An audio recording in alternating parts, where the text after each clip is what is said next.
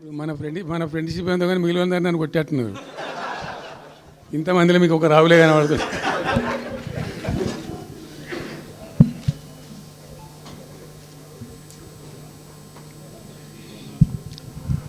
ఈరోజు ప్రధానంగా పార్టీ రాష్ట్ర కార్యవర్గం, TRS LP, TRS parliamentary party, మిగతా విస్తృతంగా వచ్చినటువంటి నాయకులందరితో కలిపి సమావేశం పెట్టుకున్నాం. ప్రధాన కారణం, the main agenda of the meeting was Palamuru Rangareddy ఎత్తిపోతల పథకంలో ఈ రాష్ట్ర ప్రభుత్వం మరియు కేంద్ర ప్రభుత్వం కలిసి తెలంగాణకు చేస్తున్నటువంటి ద్రోహం, తెలంగాణకు తలపెట్టినటువంటి దుర్మార్గమైనటువంటి విధానం మీదనే చర్చ జరిగింది. దీని కథ ఏంటంటే చాలామందికి తెలియదు,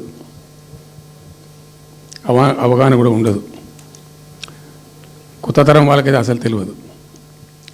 ద రీజన్ వై ఈజ్ సమైక్య ఆంధ్రప్రదేశ్లో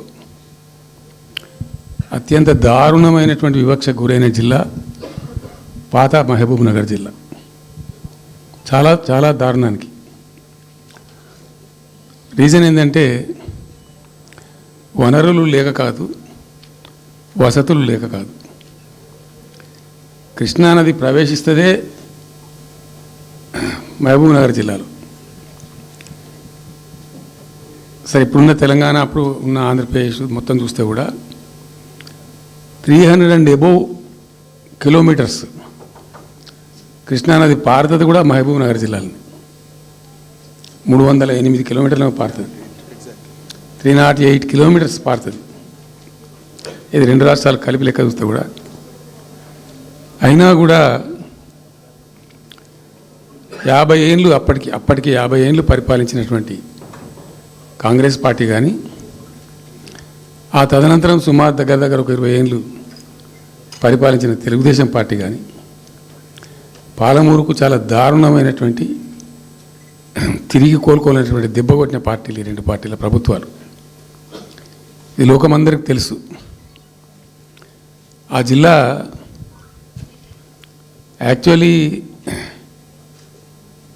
అప్పర్ కృష్ణా ప్రాజెక్టు, భీమా ప్రాజెక్టు,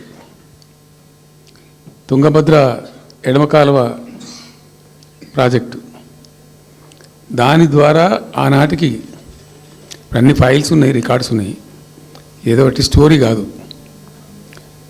174 టీఎంసీలు నీళ్ళు పాలమూరు రంగారెడ్డి జిల్లాకు రావాల్సి ఉండే. పాలమూరు జిల్లాకు ఆనాటి ప్రతిపాదిత ప్రాజెక్టుల ప్రకారం రావాల్సి ఉండే.